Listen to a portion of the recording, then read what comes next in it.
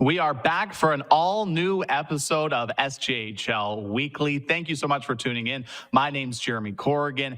Happy holidays. Hope you had a great holiday season spent with loved ones, and of course, a very happy new year to you. We have a jam-packed show for SJHL Weekly this week. Of course, we're going to recap the first weekend of 2023 in the Saskatchewan Junior Hockey League. We are going to announce this week's Players of the Week, hand out some mid-season awards, and we are going to be joined by SJHL leading goal scorer and point scorer Keon Bell of the Battlefords North Stars. But before we get into today's show, we have to give a big shout out to our sponsors because, of course, without our great sponsors, this show would not be possible. Of course, Canterra Seeds, SaskTel, Chevrolet, Capital Auto Mall, RBC SaskTel, SGEU, Direct West, Saskatchewan Construction Safety Association, Tourism Saskatchewan, Young's Equipment, and Sask Lotteries. Thank you all so much for your support because, again, like I mentioned, without your support, this show and all of our shows with the Saskatchewan Junior Hockey League would not be possible. But of course, I do not do this show alone, and we have to bring in our great co-hosts, Jamie Neugebauer and Rory Mcgouran. And we'll start with you, Rory, first and foremost. How was your holiday season? Oh, it was really great. Always good to have a break. Myself and the players, the staff on the teams across the SJHL. We know how hard everyone works across this league. So to get a little reset, to see family, spend holidays and happy moments together. And now the intensity is about to pick up on the ice, 2023, and right here on SJ Weekly. I'm excited. Let's get it going. And Jamie, how was your holiday season? Yeah, really good. Had some in-laws in town. I just heard about a late rumor ahead of the trade deadline that Melfort and Notre Dame was trying to trade me for Matty Barrett, either 1-for-1 or maybe some picks involved the Melfort broadcaster. But apparently that trade didn't work out. So I'm still a Notre Dame broadcaster, but I'm very glad to see you guys. I missed you guys, and I missed all the great people out there watching. So it's great to be back. It is great to be back, so let's get right into it. It was a busy weekend, 10 games on the schedule, both Friday and Saturday combined in the Saskatchewan Junior Hockey League. So let's take a look at the results, which of course are always presented by Sask Lotteries, our Sask Lotteries look back. The Weyburn Red Wings knocked off the Estevan Bruins 4-3 in overtime. Melville earned a big 2 points on the road in Yorkton with a 5-2 win. Battlefords 5-1 winners over the Kindersley Clippers. A big win for Flin Flon, 6-2 over Humboldt. And the Nipawin Hawks earning a 2-1 win at the Northern Lights Palace in Melfort. Then on Saturday in the rematch for all 5 of these games, Melville once again with another 5-2 win over the Yorkton Terriers. Melfort bouncing back with a 4-3 win over Nipawin. A big win for Weyburn at home, sweeping their weekend set with their Highway 39 rivals, the Estevan Bruins, winning 6-1. Humboldt bouncing back as well with a 2-0 shutout win over the Flin Flon Bombers.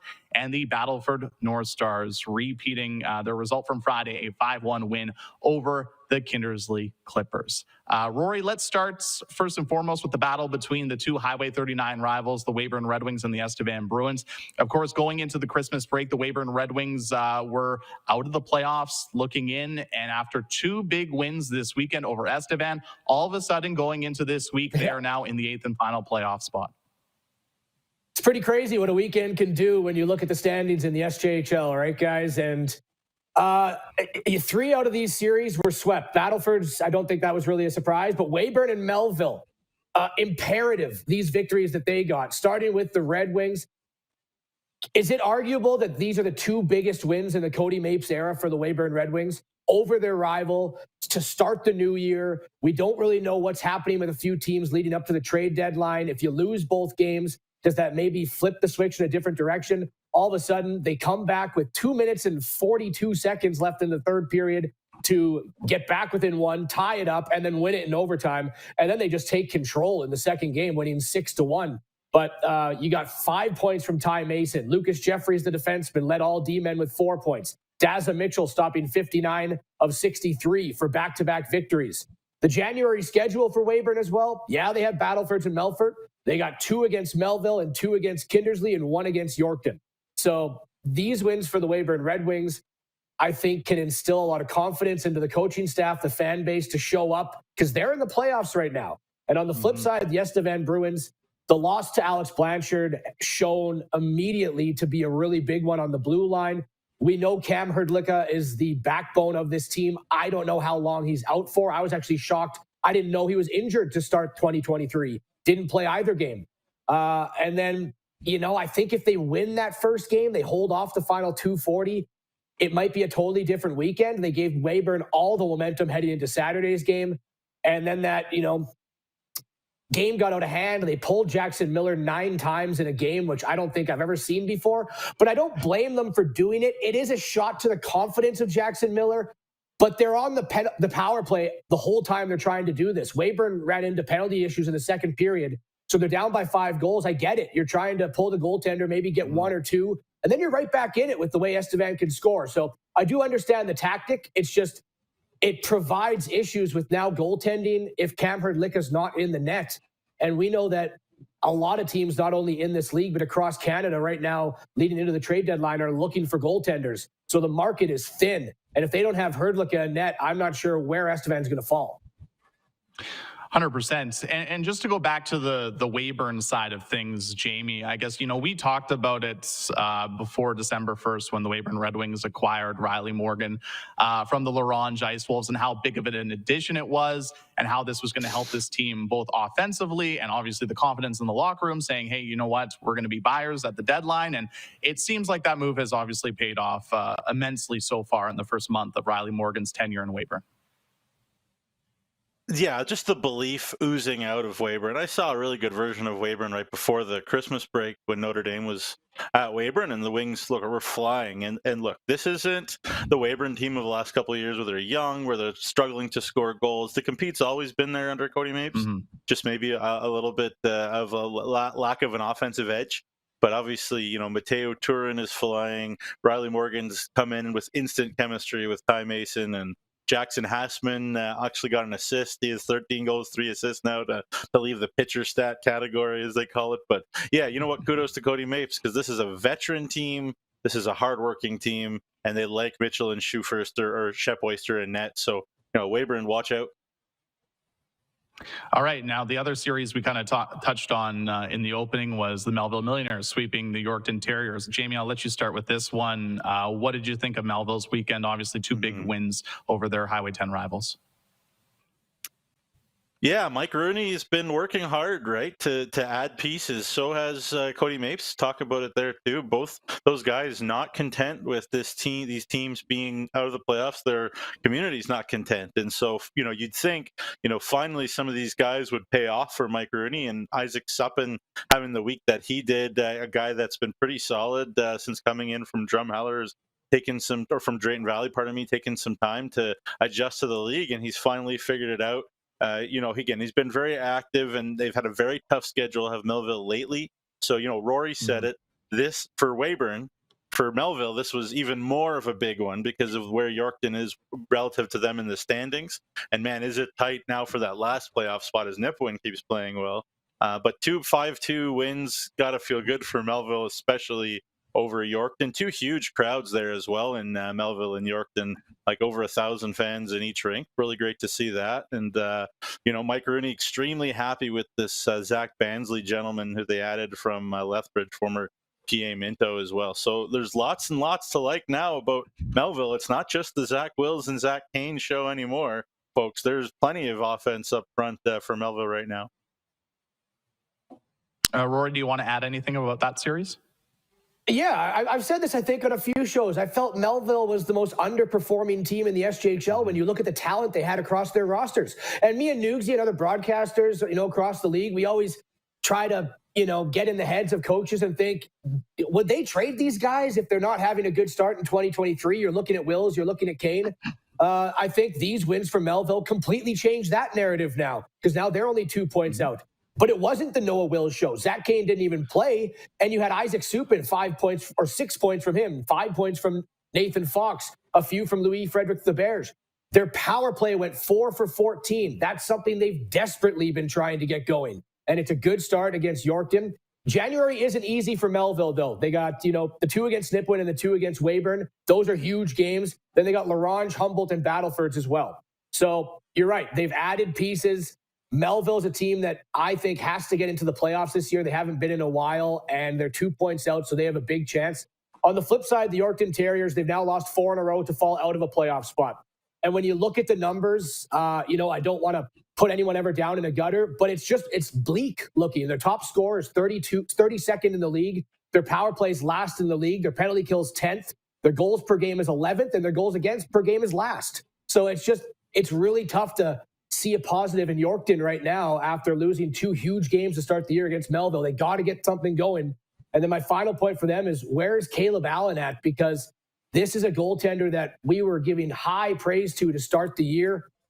And talking about the goaltending market, you're looking just at stats. Caleb Allen has allowed 18 goals in his last 3 games. He's allowed the most goals in the SJHL.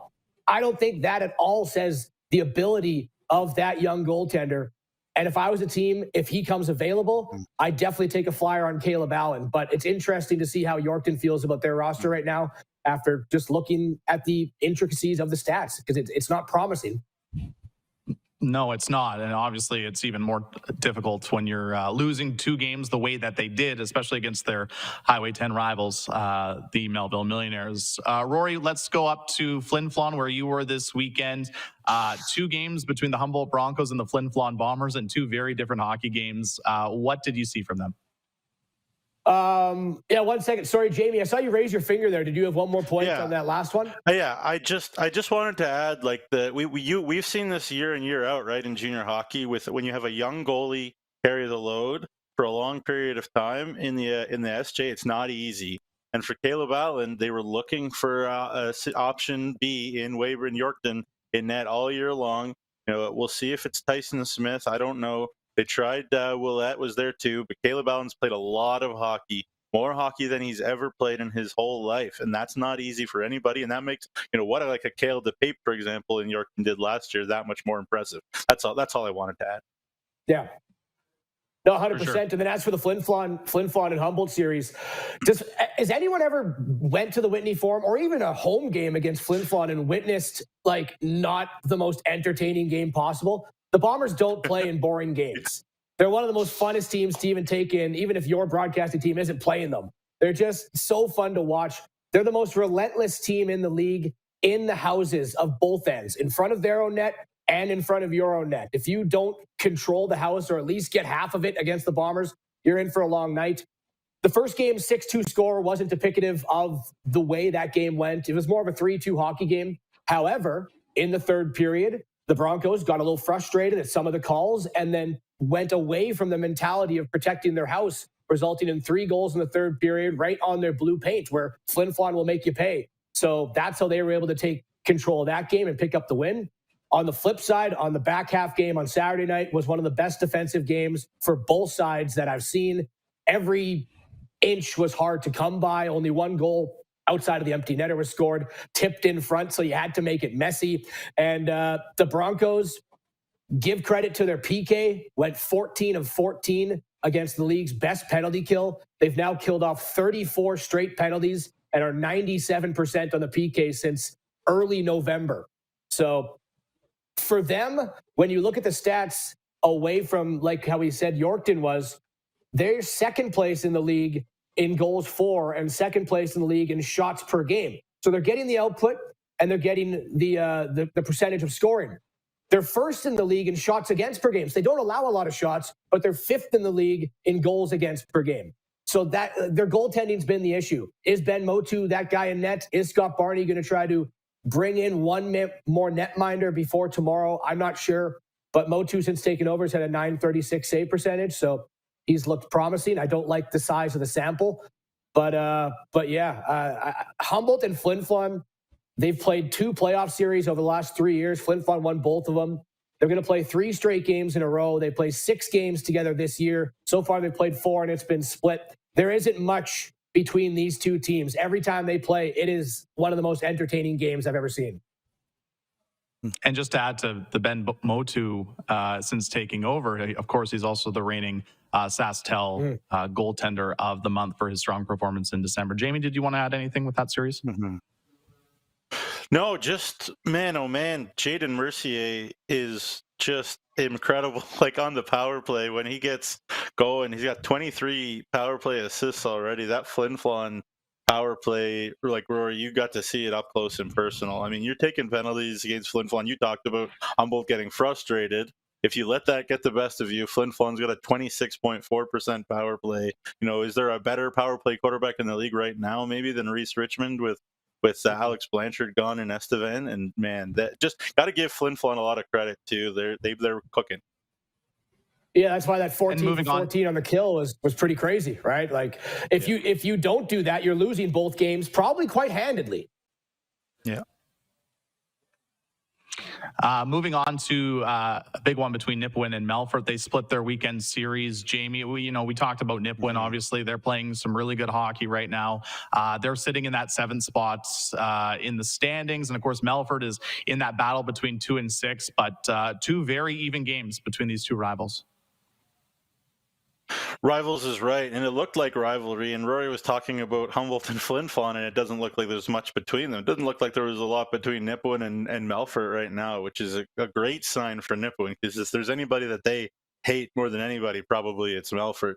But two Nipawin goals in 3.5 minutes Friday in Melfort, and the thing that I like to see about that, if I'm a Nipawin fan, is Nipawin's power play has been good all year long, even when they've struggled offensively. McGuire Ratzlaff is deadly on the power play, but Xander Stewart has just continued to cook. He's been getting better and better all year. A beautiful power play goal, getting shots through. He's so good at getting shots through. Late in the 3rd period, 2 big power play goals for Nipawin, over these 2 games, and he's getting a lot of shots. Doesn't need a big windup to get them through to Xander Stewart. And I think a D1 team could do a lot worse. Looking hard at him. And then on the flip side, Melfort finding a way to win in the other barn, so the road team's finding ways to win, which is pretty interesting. And Ryan Duguay continues to produce for Melfort. He's been as durable as anybody. We talk a lot about the young kids up front, Riley Ash and Zach Summers, carrying the ball for Melfort when their veteran forwards have struggled to stay healthy. And that's been great for their development. But Ryan Duguay, coming in from Drumheller after a slow start for him, has been magnificent for Melfort and deserves a lot of credit. But we talk about GMs that are active. Trevor Blevins year after year is as active as they come. I'm sure he's on the phone right now with somebody. But again, great matchup. And it's great for the SJHL when this rivalry is as good as it is and both teams getting a win. It sounds about right to me. Yeah, and Rory, I guess your thoughts on that series, and I guess I know we talked about with Trevor Blevins when we were talking about the December 1st cutdown deadline. It was very quiet for Mr. Blevins. So do you think he has something up his sleeve ahead of January 10th tomorrow? If there's anyone who does, I think it's him. He's at the top of the list for someone who might want to add to the team that was the hottest down the stretch that were not named the Battlefords North Stars, right? It's funny that Newsy said, I don't think anyone's surprised that it was 1-goal games and they split these 2. The first note I had on my list about this series, these 2 teams are closer than people think. And the Nipawin Hawks deserve a lot more credit for what they've been doing throughout the past month and a half or so. The funny thing is, these guys are rivals. They only are 50 minutes apart down the highway. They didn't play each other for the first 3 months of the season. They played 4 in a row. Now they won't play each other for the next 2 months of the season, and they'll finish off the year with 2 of their last 3 games against each other. So we won't really get to rekindle this for quite some time. And for Zach Summers, since returning back from the World Junior A Challenge, he's been held pointless in both games this year. First time he's been held pointless since November 2nd. So I'm not worried about Zach Summers at all, but they'd like to get him going a little bit coming up in this week's set of games. And finally, the Battlefords North Stars, you touched on it, Rory. I mean, obviously, Melfort was the hottest team other than Battleford down the stretch before Christmas. And the North Stars continue to roll 2 5-1 wins over the Kindersley Clippers. What did you think of these games? And I guess, does it really come as much of a surprise, obviously, because Battleford's sitting where they are in the standings and where Kindersley is? It doesn't. It doesn't. And it's not a knock on Kindersley at all. Like, we've seen them compete against some of the top teams in the SJHL. It's just how good Battlefords is. And I don't know if I'm not looking hard enough, but I need to see more like national recognition for what this team is doing now. 31 wins and not a single loss in regulation. Like, this is the story of junior A hockey in Canada. It's no longer the Brooks Bandits or what's happening in BC with Penticton, great team. It's the Battlefords North Stars, guys. I don't know how long this is going to continue for, but this is one of the most incredible stories that I've seen in a long time. So no, the weekend set didn't shock me at all, but let's put even more credit on what they're doing. It's absolutely insane. And actually, the second game of that set, a Battleford 5-1 win over the Kindersley Clippers on Saturday, is where we'll also find our Tourism Saskatchewan highlights of the week. Have a look. Now Tisdale passes it up. Rask now Dole and now Keon Bell. Keon Bell with speed up the middle. That's a burst of speed. Bell takes the shot and he scores! What a goal by Keon Bell! He's chipping the bench on the way by. That's 31st of the season. What a goal by Keon. And Jamie, 31 goals in 31 games for Kian Bell, the Battleford North Stars. Obviously, we've talked about Battleford being so good this year. There's so many good things to like, and I mean, Kian Bell's he's one of them. Yeah, like that burst of speed is just not fair, right? And he had scored, Kindersley had scored 46 seconds before that, and it looked like to me, just as a viewer, like there was some animosity maybe there growing between Kindersley and Battleford's. Just, those rivals are always going to be a tough battle, and I don't even think Kindersley played that badly in their rink. Just, again, Josh Cote doing Josh Cote things as well. On the other side, Battleford's, Rory, you said it, like, winning that many games in a row, it's not like they've played perfect every single game. But then when Josh Cote is back there, I don't know what sometimes there's a big force field on the net. But man, what a beautiful goal, Keon Bell. I'm excited to talk to him because he is taking this league and just taking it by storm and been so dominant, and he kind of has all the pieces offensively. Before we go to the break there, I just want to, of course, everyone does know that the trade deadline is tomorrow for the SJHL and Junior A hockey. I want to get your opinions, guys, if you think it's going to be quiet or if you think it's going to be busy, because I look at the standings, I look at the teams. I don't know who wants to trade players out and get pieces in looking for next year. The only reason I could see trading players out is, as Nugsy hinted at on his social media channel, is that it's not just a trade deadline. You got to get down to 23 players. So I just got a message from Nick Nielsen in Weyburn, and Weyburn just traded Sam Bolt, the defenseman, to Dauphin for a PDF. So that's probably an instance of Weyburn trying to get their players down to where they want, and Sam Bolt heading to the MJHL, the Dauphin, for a PDF. Mm-hmm. Yeah, I also talked about it, in my column. I think a lot of people are writing off Kindersley. I don't think Kindersley's writing off Kindersley. Like, there's such, we talked about what a difference a weekend could make for a Weyburn, for a Notre Dame, for a Yorkton.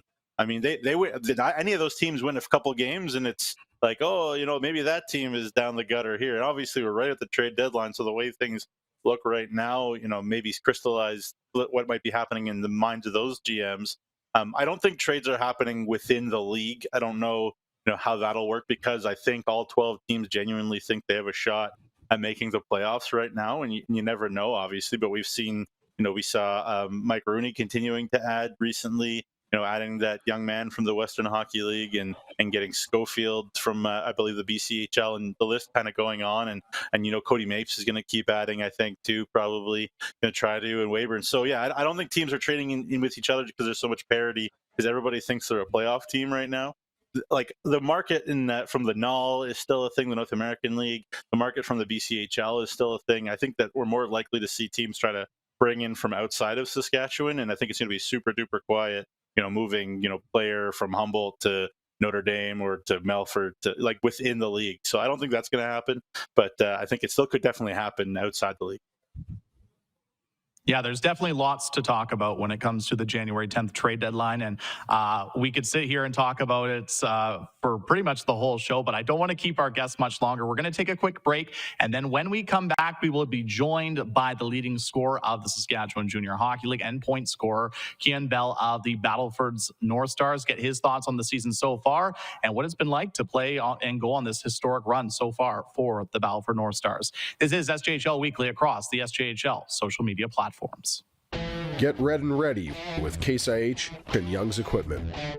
From Case IH combines to MacDon headers, Young's carries all the best in new or pre-owned harvest equipment.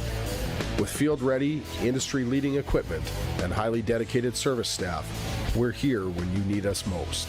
Come experience our award-winning service for yourself and visit youngs.ca to find your nearest Young's equipment location.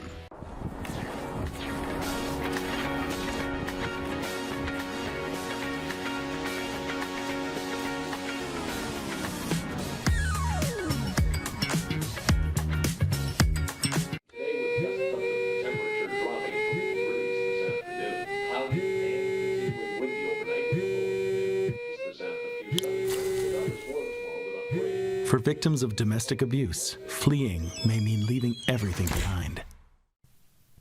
There is hope. SaskTel provides brand new cell phones so that starting over is possible. Learn more at sasktel.com/fresh start. Sask Energy Network members are the best choice for natural gas solutions for your home or business. With comprehensive services like heating equipment maintenance, appliance installation, and in-store financing, they have natural gas solutions that go beyond heating to bring you the comfort, efficiency, and reliability of natural gas, both indoors and outdoors, all year long. For whole home natural gas solutions, network members burn brighter.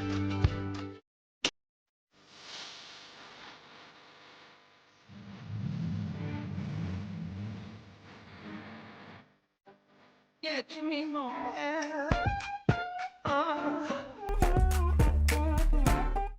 At Viterra, we believe in the power of connection. Our world-leading agriculture network connects producers and consumers to supply top-quality food ingredients each and every day. Our team takes great pride in working closely with farmers to help feed the world. It's something we've been doing for over 100 years. And as an industry leader, we're dedicated to playing a critical role in meeting the needs of a growing world. Because together, we're stronger and achieve more. Capital Auto Mall is a proud partner of the SJHL, supporting the rich traditions and proud future of junior hockey in Saskatchewan. Capital Auto Mall, on the corner of Rochdale and Pasqua in Regina.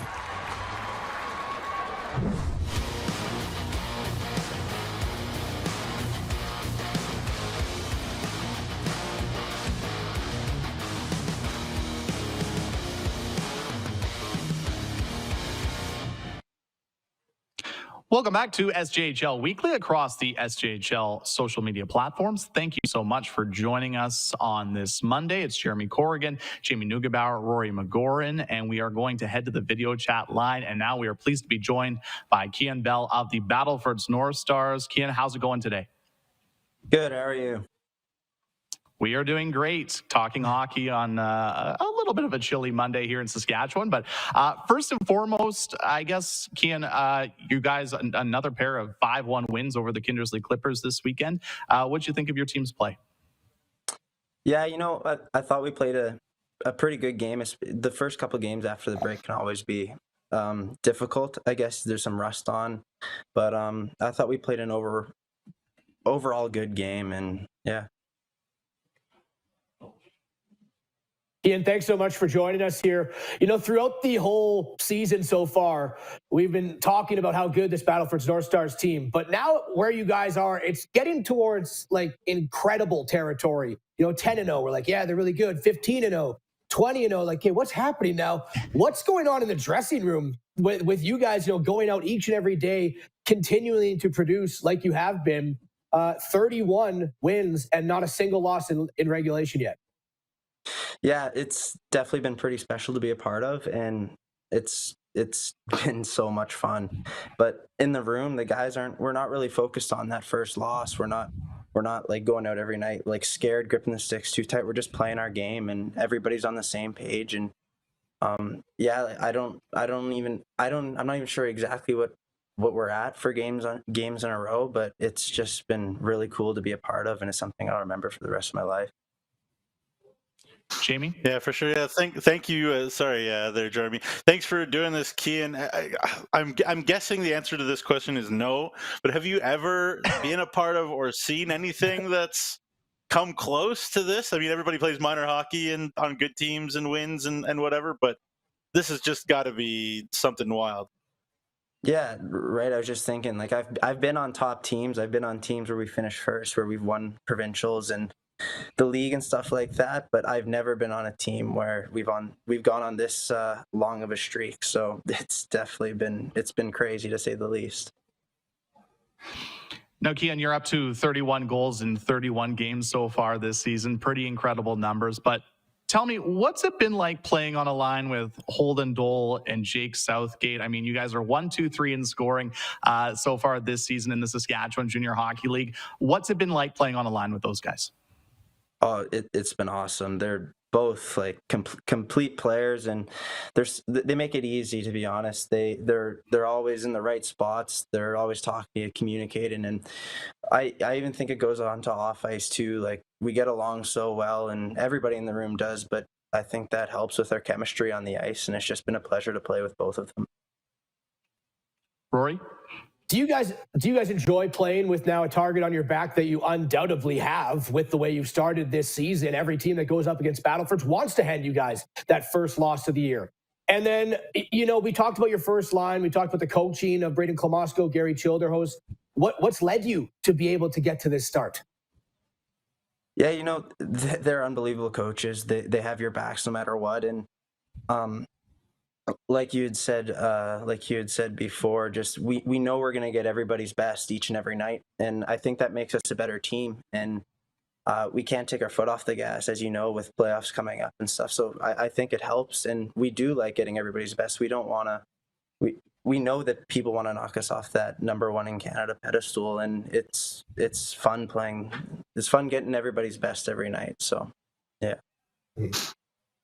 There you go. Yeah. And you guys have brought a consistency of performance too. That's so impressive. I got to ask you too, personally, Kian, I know people come from the outside and look at your story and see a kid that came from the QMJHL and came here all the way to Saskatchewan, and someone might say, oh, that's random, but it's not random at all for you to play for the Battlefords North Stars. I understand your dad was a legend kind of in the area and is from the area. So maybe what's your connection? How did you kind of end up in the SJHL?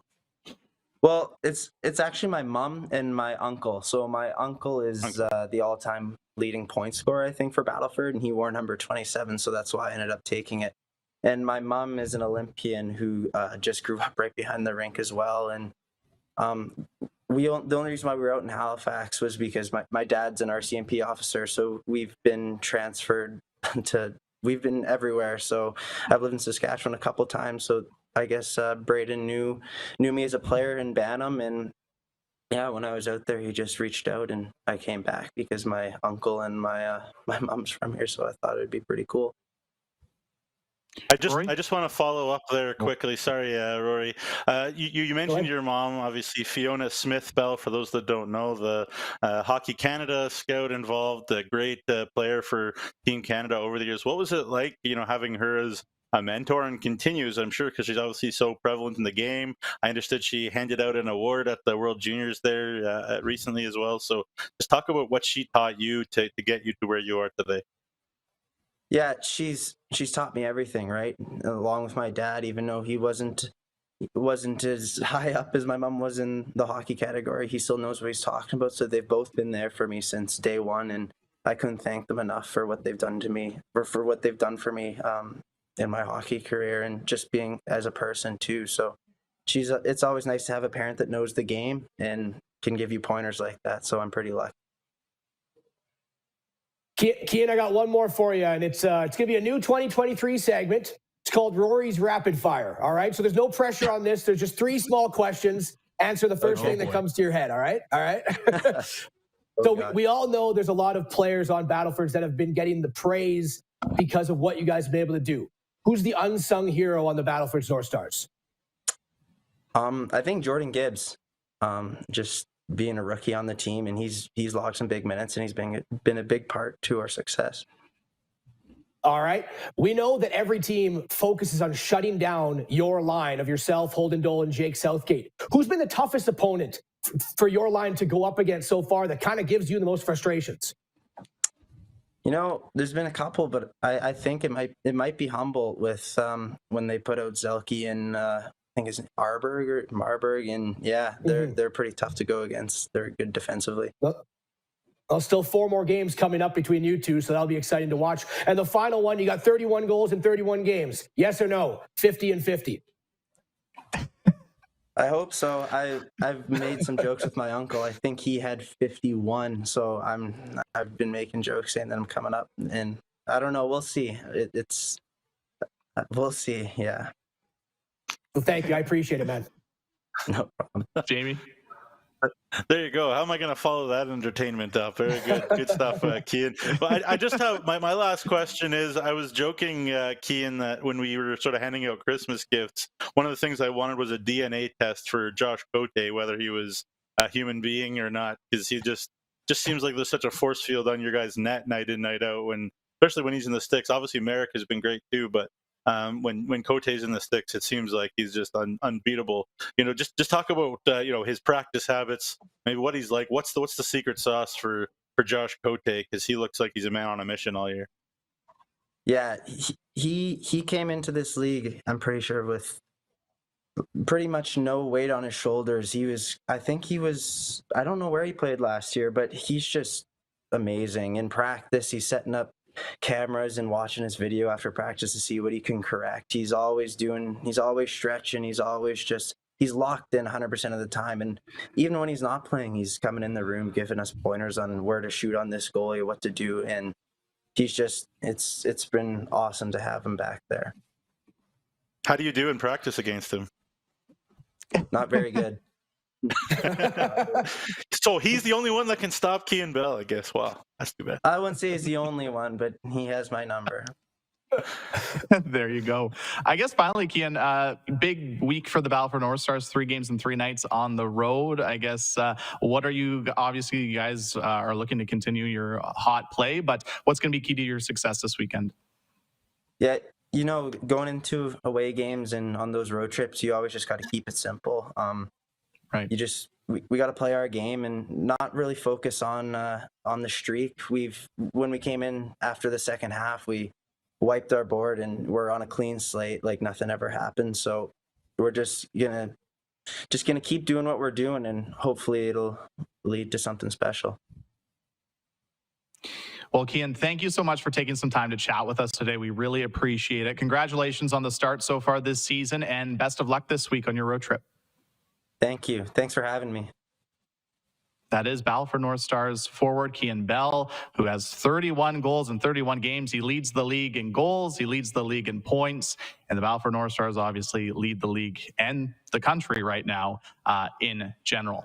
After the break, we will hand out this week's Players of the Week in the Saskatchewan Junior Hockey League. And we're also going to hand out some mid-season awards. So stay tuned for that. This is SJHL Weekly across the SJHL social media platforms.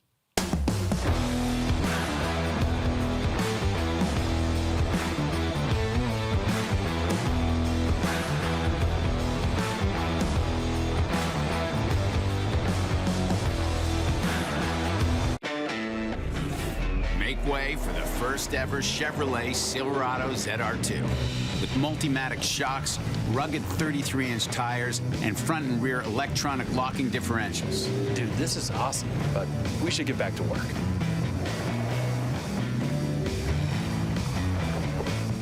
This good?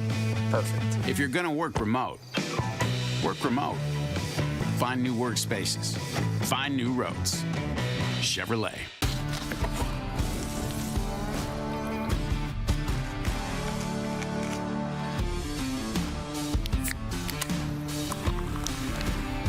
Original 16. Celebrate things done well.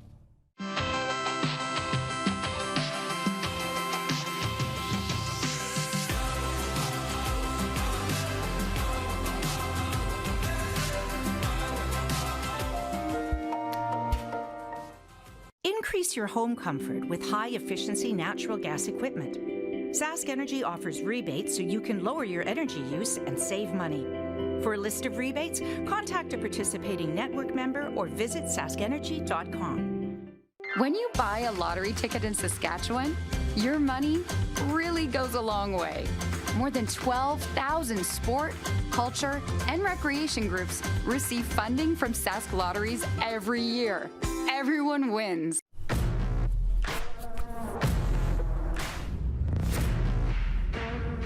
You wouldn't take the ice without protective wear. So why would you take to the job site that way? The SCSA is proud to partner with the SJHL. Saskatchewan, you know SaskTel, because we're everywhere, keeping you connected to your family and friends, to your history and culture, to those traditions that make us who we are. SaskTel cares. Always has, always will, because we're dedicated to our home.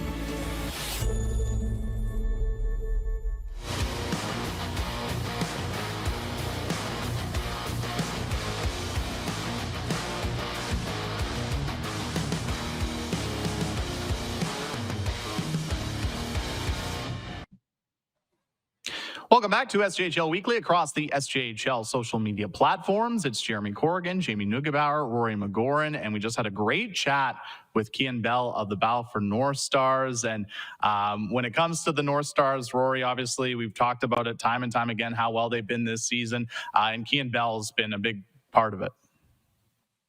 Yeah, I know we're going to get to our midway through the season awards coming up in this segment. Sure, Kian Bell might be littered throughout that as well. So, but he's just one of the cogs of an engine that keeps churning along in the SJHL, and a great interview as well. Yeah, for sure. And Jamie, a great interview, but also a great player on the ice. I mean, you saw it just with that highlight of the week alone, how talented he is as a hockey player. Yeah, he's the complete package at this level: the speed, the strength, the compete. Like he's got everything that the Battlefords North Stars could have wanted and more from him, and on pace for 101 points. Can't ask for much more than that. Yeah, that's pretty good.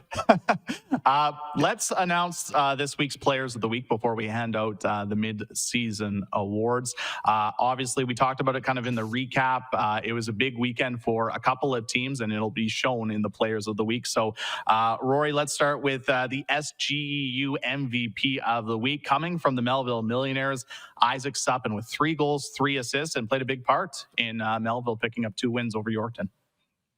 Yeah, secondary scoring came through huge for the Melville Millionaires to pick up both wins, identical scores against the Yorkton Terriers, 6 points there in 2 games for Isaac Suppin, and was doing it in all fashion. Chipped in on the power play, 3 goals, 3 assists, very worthy of your MVP, and they're going to need him to continue that, though, for Melville, because they do have less games in hand than a few of the teams that they're fighting for that 8th spot.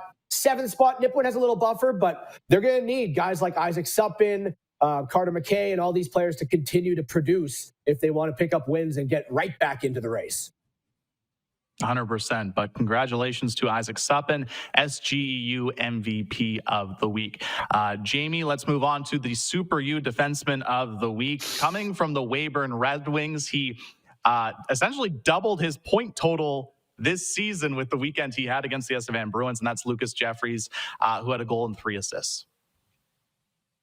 Yeah, I bet if you ask any Weyburn player, there's nobody they'd rather score and play well against than Estevan, is there? And, he did very well. He and Blake Norris, were tremendous together as a pairing. Blake Norris had 3 assists over the 2 games, the 2 wins for Weyburn as well. And, they're 2 guys that can skate together, who play well together and in their own end too. And, they're kind of that new model of defenseman, not necessarily the big, tough physical guy, the one that plays defense by having the puck a lot. And Jeffries and Norris did that really well together. And Lucas Jeffries getting the goal, 4 points, 2 games, 2 wins over Estevan, a very deserved winner of the Defenseman of the Week.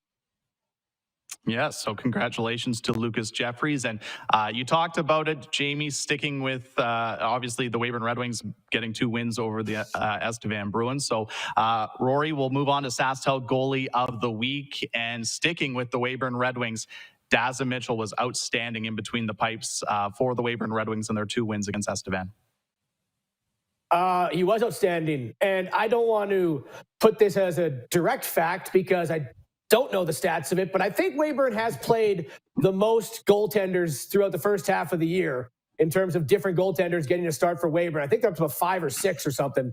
But Dazza Mitchell comes in with a 199 save percentage. This is what they've desperately needed in net, just a little consistency. We didn't know if it'd be Shep Hoyster or Eric Kale, Dazza Mitchell. Bernie Weston was in for a few games. But yeah, Dazza Mitchell was outstanding against the Estevan Bruins. And that might have been, the difference in that first game to allow him to still be within 2 goals and come back with a bunch of late goals, win in overtime. And then he was just a wall in that 6-1 victory as well. 2 wins, a 1.99 goals against average, and a 930 save percentage. A pretty tidy weekend for Daza Mitchell. So congratulations to Daza, SaskTel goalie of the week. And finally, Jamie, moving on to the Direct West Rookie of the Week. We are sticking with the goaltenders, and we're going back to Melville. Clement Laballois had a great weekend for the Melville Millionaires, also only allowing 4 goals this weekend, helping Melville earn 2 wins. Yeah, I mean, there just has been just as much concern, I guess you could say, or uncertainty about the goalie position in Melville as there has been in Weyburn this year. But one thing I can tell you is that Mike Rooney feels a lot better when Clement Laballois is healthy. 2 wins, made 55 saves, and 2 wins over. Again, we talked about the rivals for Weyburn that they love to beat. Melville loves to beat Yorkton. That's the biggest one. There's a lot of hatred there. A 932 save percentage as well in 2 games that Melville had control of in a lot of ways, but Laballois was very, very sharp when called upon, and he beat out 2 20-year-old goalies. Remember Laballois in camp, and in Alexis Giroux and Jared Thompson. And when he's been there, Keaton Pine has been much better too. When Keaton Pine is he's up with the Pats, Laballois will carry the ball here just a little bit, I think, for Melville as long as he's healthy. But what a big difference maker Laballois when he's healthy is for Melville. We talk about how important Cam Herdlicka, for example, is for Estevan. Clement Laballois is becoming that for Melville too.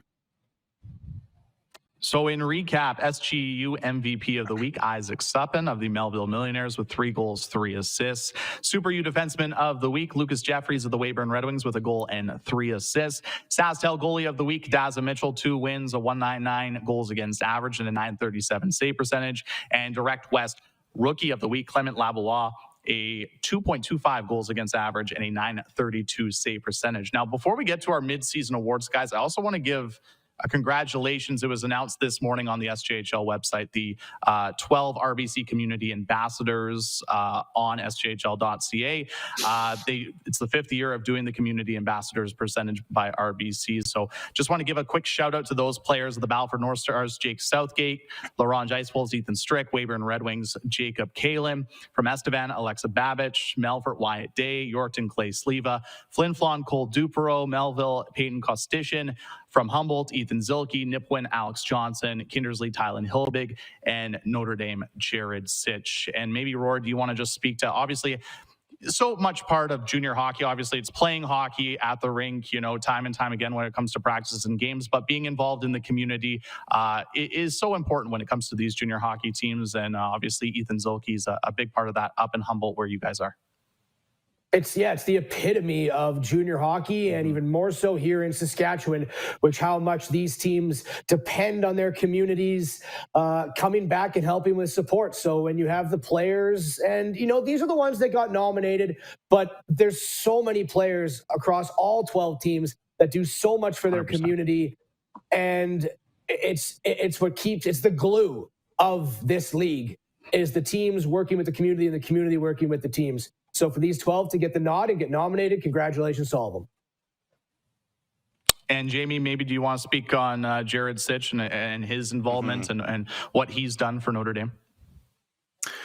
Yeah, let me tell you, Jared, I mentioned it last year with Kevin Anderson too. Those 2 guys, nobody loves Notre Dame more than those 2 that I've seen. And I know Brett's entertained a lot of calls from people being like, "Are you going to trade Jared Sitch?" And he's like, "Nope. Sorry, Jared doesn't want to leave, first of all." But anyways, quick point. Jared Sitch, he's been a Zamboni driver at Notre Dame. He'll clean the ice. He's cut lawns. He's shoveled snow. He does everything down in Wilcox. He embodies what Notre Dame wants in human beings as well. Just an incredible young man off the ice too, and incredible leader for Notre Dame. So I'm not surprised at all that they picked him. Regardless, congratulations to all 12 RBC Community Ambassadors. And you can read the full article on SJHL.ca. All right, time to hand out some mid-season awards. We'll get both Rory and Jamie's awards. We have nine categories to get through. So let's start. I'll start from the bottom and work my way up. Let's start with the most improved player from last year in the Saskatchewan Junior Hockey League to this year in the SJHL. And Rory, I'll let you go first. Yeah, 9 categories and about 10 minutes to work with. So I'll keep this quick. This was a tough category for me. I had 4 or 5 players to choose from. I ended up going with Zach Summers of the Melfort Mustangs, 13 points in 47 games last year, 31 points in 27 games. He has more goals this year than he did in points last year with 17 goals. And then, of course, he made the World Junior A Challenge for Team Canada West. A great accomplishment. Zach Summers is my most improved player. Jamie, what about you? Yeah, great pick, Rory. Certainly thought about him. I'm going to go with Dawson Smith with the L'Orange Ice Wolves. 375 goals against, 893 save percentage last year. Thrown into the fire with the injury issues to Xavier Cannon up in net in L'Orange, but he's been outstanding. A huge reason why L'Orange is among the league's elite right now. A 935 save percentage, 15 wins already. Maybe the best, one of the best goalies in the league, one of the most clutch goalies in the league. I'm going to go with Dawson Smith. Two very good picks. And moving on, we'll go coach of the year so far. So, Jamie, I'll let you tackle that one first. I mean, how do you not pick Braden Klamosko? I don't know. Yeah. But I'm not gonna. I'm gonna be surprised because even though Braden Klamosko is just gonna win it for two, it's gonna be his third year in a row if he wins it again too. By the way, but I'm gonna go with Kevin Kaminski. Stick with L'Orange. What he's done with that group, they're more than the sum of their parts. With no disrespect intended, they're a good team.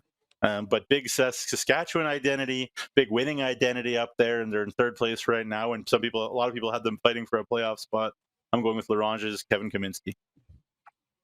Rory? It's Braden Klamosko. It's unanimous. Next category. All right. Sounds good. Short and sweet. I like it.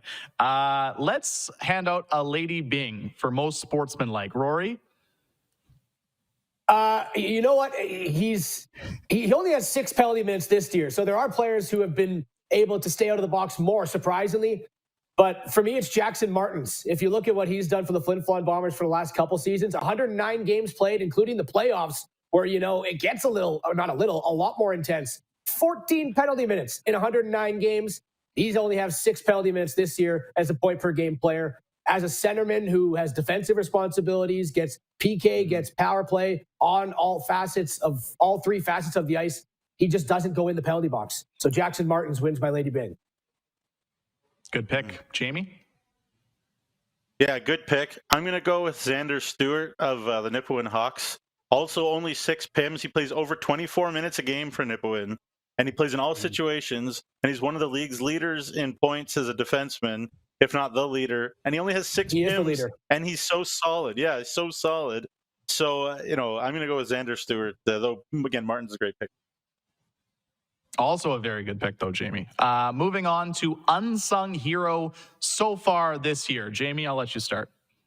I'm going to go with maybe my favorite player that I don't know personally, and I'm going to go with Lucas Ceccarelli of the Humboldt Broncos, maybe the best penalty killing guy in the league, over 57% face-offs, mentally switched on all the time. I think he leads the league in icings negated for Humboldt probably, because he just does a little bit of absolutely everything for Humboldt, whether they have a full lineup or not. He's durable. I love the way that Lucas Ceccarelli plays, so I'm going to go with Lucas Ceccarelli.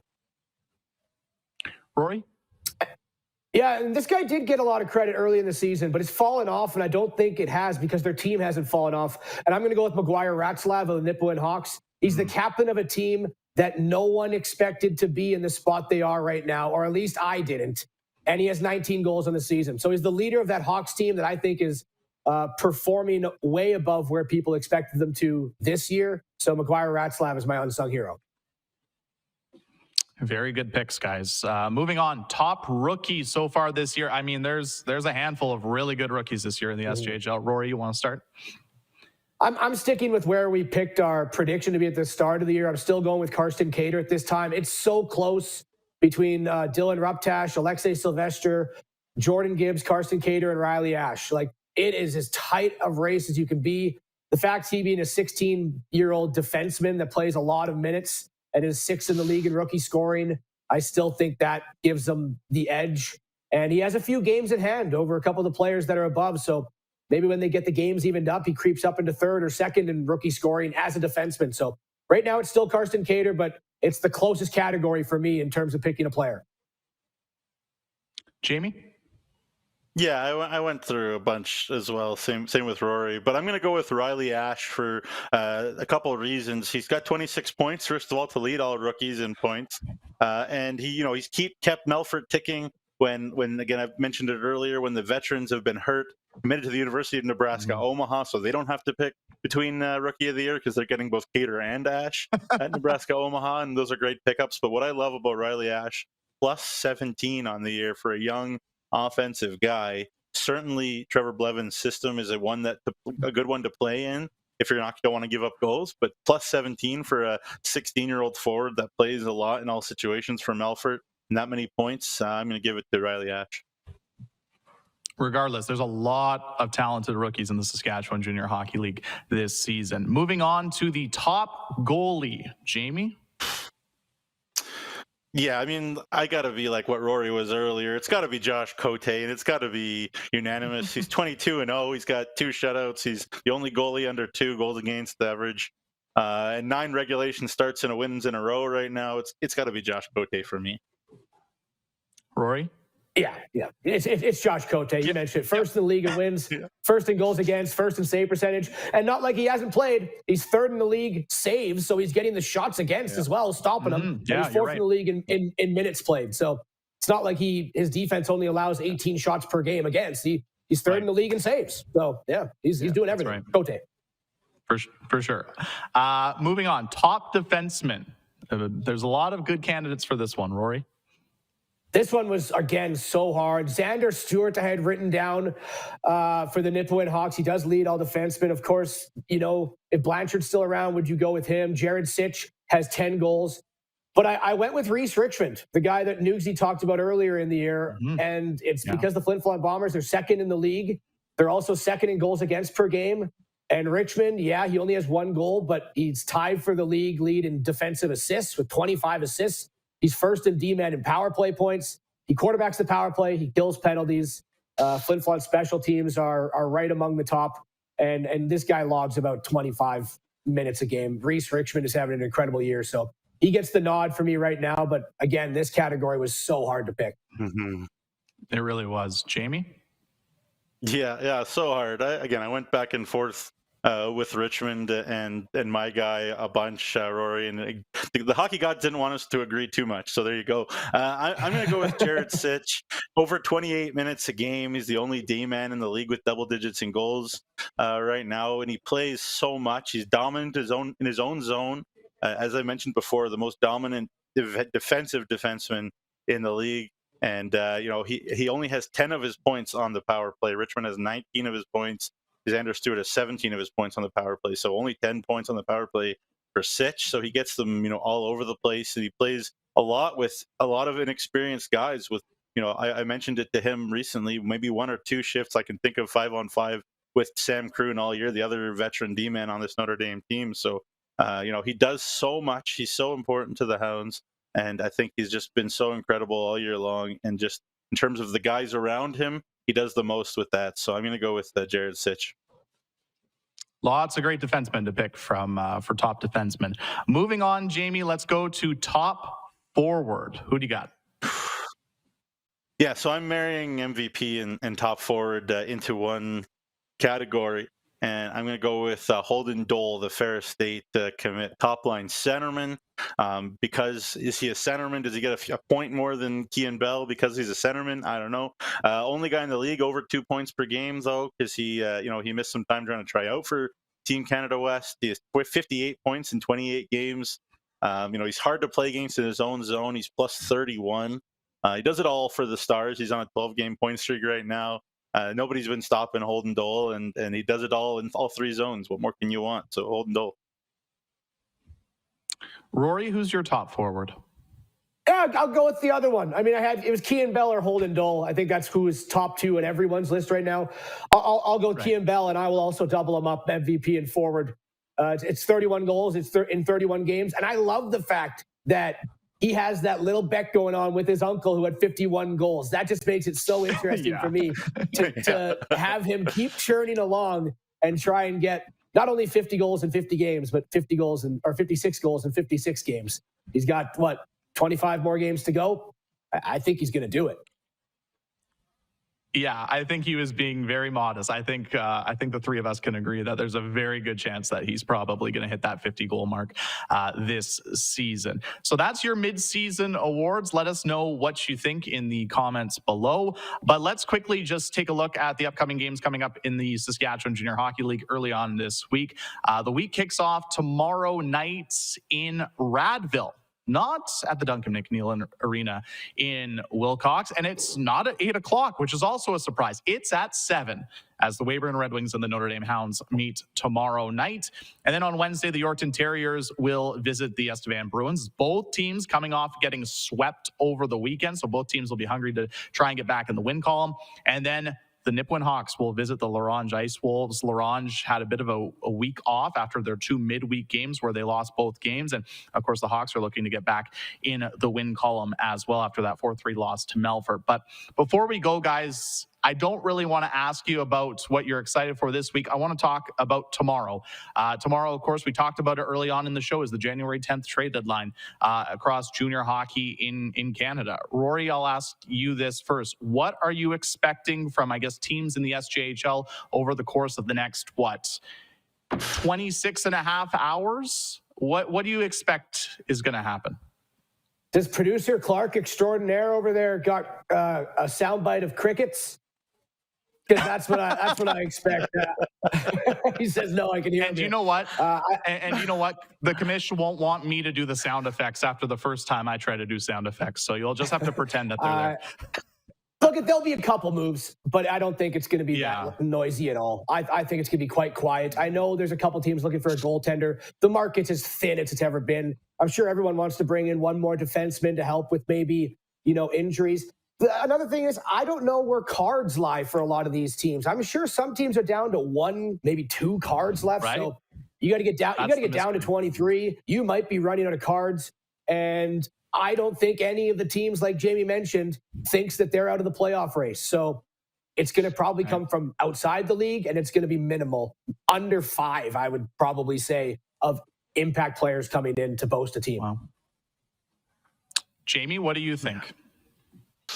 Yeah, I think Rory hit on the head. I think I said it earlier. I think if anybody adds, it'll be from either the BCHL, outside of the CJHL, or maybe guys who kind of drop down from the North American Hockey League, because it's not just the trade deadline; it's the drop down to 23 carded players. So maybe a guy cuts loose and gets picked up. But if you're worried about your 23rd guy at this point in the year, then you're probably not super happy with your roster, anyways. Yeah, again, what Rory said, if we could get some crickets, that'd be great. we'll get that lined up for maybe next week. Perfect.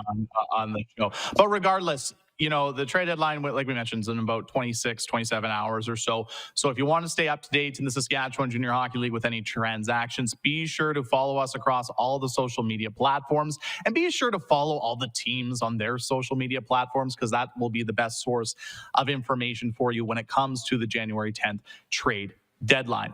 My final question to both you guys, I'll start with Rory, and this has nothing to do with hockey, but was Santa good to you, Rory? Did you get the presents you wanted from Santa this year?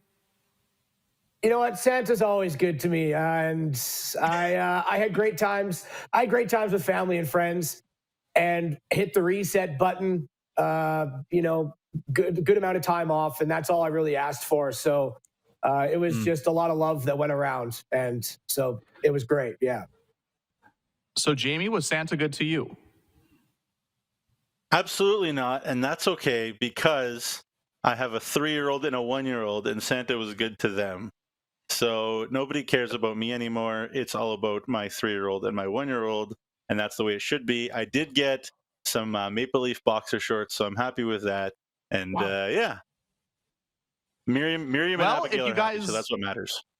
That's all that matters, for sure. But if you weren't too happy with the gifts you got from Santa, the good news is you could still get a good gift courtesy of the SJHL raffle brought to you by Polaris, where you could, there it is, hopping into the graphic. You could potentially win a Polaris side-by-side. That was the segue I was trying to go with, guys. But of course, the draw is going to take place on April 27th. As you can see on your screen, tickets are on sale until April 23rd. 1 ticket for $25, 3 for $50, 10 for $100. All the information to find when it comes to the SJHL raffle can be found at sjhlraffle.ca, and you could potentially win yourself a brand new Polaris side-by-side when we do the draw live on April 27th. Before we go, guys, though, aside from the trade deadline, I'll ask you this, and I'll start with Jamie this time, but when it comes to this week's action in the Saskatchewan Junior Hockey League, what are you looking forward to? Yeah, I'm looking forward to getting back into a neutral site game in Radville. I loved it in Radville last year. I called a couple of U18 games. It's going to be cold, but I love calling it. The atmosphere is going to be bananas for Notre Dame and Weyburn tomorrow night. Haven't seen the Hounds play since December the 16th, so they've had a long time off. My vocal cords have had a long time off, so hopefully I still remember how to do this. But yeah, I'm looking forward to just calling a hockey game. To be honest, it's been a while, so that should be fun. Fair enough. Rory, how about you? Yeah, I don't usually do this, but I'm just going to stick with the Broncos. I think that reset button, it generates the drive to get back into the, not that you ever lose it, but for that second half of the season, and everyone knows the intensity picks up. You're driving towards playoff races, home ice advantage races, and the Humboldt Broncos will take on the Flin Flon Bombers for the 3rd straight game. So that's a rubber match. That one will have a lot of intensity into it. And then the weekend, it's a home-and-home series against the Melfort Mustangs, which, that rivalry always brings the best out of SJHL hockey as well. So I'm just, like Newsy said, the New Year's now, we're in it. And it's another step of intensity in the SJHL, which brings out the best in all the teams, and I can't wait for it. 100%. A lot of great games this week across the Saskatchewan Junior Hockey League. So if you can make it out to your local rink to catch out some of the action, you will not be disappointed. But of course, if you can't make it out to the rink, you can catch all the action on Hockey TV. Now, before we go, got to give a big shout out to all of our sponsors once again in the Saskatchewan Junior Hockey League, and the sponsors that support our show each and every week, that being Chevrolet, Capital Auto Mall, Cantera Seeds, RBC, SaskTel, SGEU, Direct West, Saskatchewan Construction Safety Association, Tourism Saskatchewan, Young's Equipment, and Sask Lotteries. Thank you so much for your support, because again, without your support, we wouldn't be able to put on these shows each and every week and talk about the Saskatchewan Junior Hockey League and recap everything that's going on across the league. Tomorrow's the trade deadline in the SJHL and across the CJHL, so stay up to date. If you want to stay up to date with any of the transactions that take place, be sure to follow the SJHL across all of our social media platforms. You can like us on Facebook, follow us on Twitter, Instagram, and TikTok, as well as subscribe to our YouTube channel, where you can find all of our shows, features, highlights, and so much more. It is going to be a jam-packed week in the SJHL, so stay tuned on all of our SJHL social media platforms. For Rory Mcgouran, Jamie Neugebauer, my name is Jeromy Corrigan, and this has been another great episode of SJHL Weekly across the SJHL social media platforms.